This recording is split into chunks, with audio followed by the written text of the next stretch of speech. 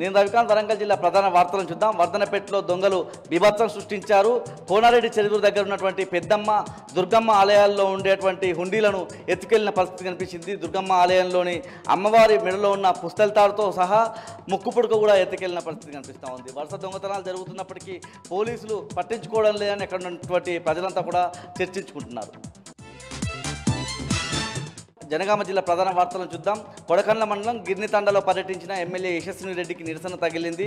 ముఖ్యంగా ఆ గ్రామానికి సంబంధించినటువంటి డబుల్ బెడ్రూమ్ల ఇళ్ల కేటాయింపు విషయంలో ఎమ్మెల్యే నిర్లక్ష్యం వహిస్తున్నారని చెప్పి వాళ్ళంతా కూడా నిలదీసిన పరిస్థితి కనిపించింది. ముఖ్యంగా ఎన్నికల సమయంలో డబుల్ బెడ్రూమ్లు ఇవ్వడంతో పాటు 50,000 రూపాయలకు సంబంధించినటువంటి వ్యక్తిగతంగా సాయం చేస్తారని హామీ ఇచ్చి 11 నెలలు అవుతున్నా కూడా ఆ హామీని తుంగలోకి తొక్కారని చెప్పి అక్కడ ఉన్న వాళ్ళంతా కూడా ఆగ్రహం వ్యక్తం చేస్తున్నారు. ఇప్పటికైనా డబుల్ బెడ్రూమ్లు కేటాయించడంతో పాటు 50,000 రూపాయల ఆర్థిక సాయం చేయాలని అక్కడ ఉన్నటువంటి గిరిజనులంతా కూడా డిమాండ్ చేశారు.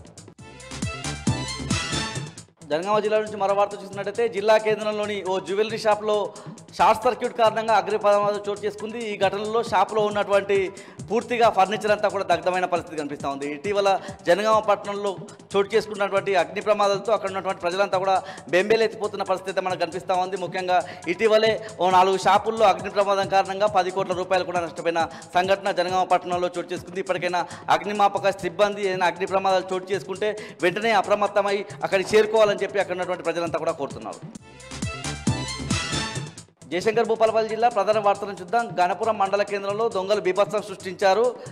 ఒకే కుటుంబానికి చెందిన 2 ఇళ్లలో దొంగలు చొరబడి 2 తులాల బంగారంతో పాటు విలువైన వస్తువులను కూడా అపహరించినట్టు తెలుస్తూ ఉంది. కేసు నమోదు చేసుకున్నటువంటి పోలీసులు దర్యాప్తు కొనసాగిస్తున్నారు.